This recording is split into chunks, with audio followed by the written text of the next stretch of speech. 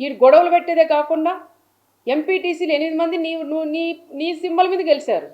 ఆ ఎంపీటీసీలు నీ దగ్గర ఉన్నారు. మరి తీసుకొచ్చి ఎందుకు నువ్వు ఎంపీపీని చేసుకోలేకపోయినావు? మరి ఎక్కడో పోయి దాచుకున్నావు. దాచిన తర్వాత కరెక్ట్ టైంకి పోలీస్కి ఇవ్వాలి కదా. దాదాపు 100 మంది పోలీసులను ఎస్పీ గారు పెట్టారు ఆ రోజు. బాగే పలుతావా?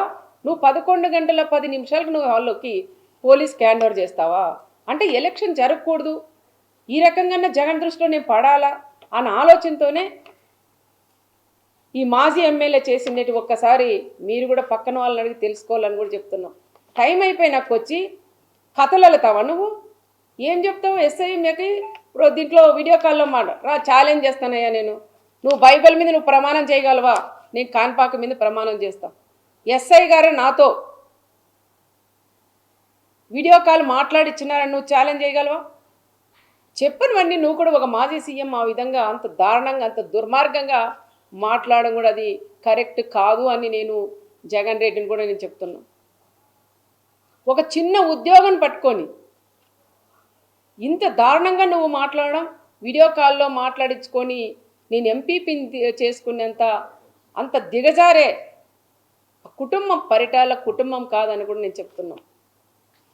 అనవసరంగా పదే పదే చేతగాని మాజీ ఎమ్మెల్యే చెప్పిన మాటలు నువ్వు కూడా విని నువ్వు కూడా పేపర్లు తీసుకొని చదవడం అది కరెక్ట్ కాదు. ఇక్కడ ఏం జరిగిందనేది ఒక్కసారి తెలుసుకోవాలని కూడా చెప్తున్నాం. మరి రెండో రోజు ఏమైందయ్యా మీకు? రెండో రోజునే రావచ్చు కదా. అక్కడెక్కడో సముద్రంతో తీసుకుపోయాడంట. అక్కడ తీసుకొని పోయి మేము 10:30 11 అయితేనే లేదు నేను ఎలక్షన్ బాయ్కాట్ చేశాను అని. నీ చేతగానే తనం కదా అది. ఒక మహిళ 4 సార్లు 3 సార్లు ఓడిపోయినాడు ఆయన. ఆ చేతగానే దద్దమ్మ ఈరోజు ఎంపీటీసీ ఎలక్షన్లో సునీతమ్మ అడ్డుకుంటుందంటావు. ఒక ఆడ మనిషి చేతలో నువ్వు అడ్డుకుంటున్నారంటే నీ పక్కన కూర్చుండే నీ మాజీ ఎమ్మెల్యేలు కూడా నవ్వే పరిస్థితి కూడా ఏర్పడుతుంది. చేతగాని మాజీ ఎమ్మెల్యేలు కూడా ఈరోజు ఎంపీటీసీలను తీసుకొని పోయి వాళ్ళు ప్రమాణ స్వీకారం చేయించుకున్నారు.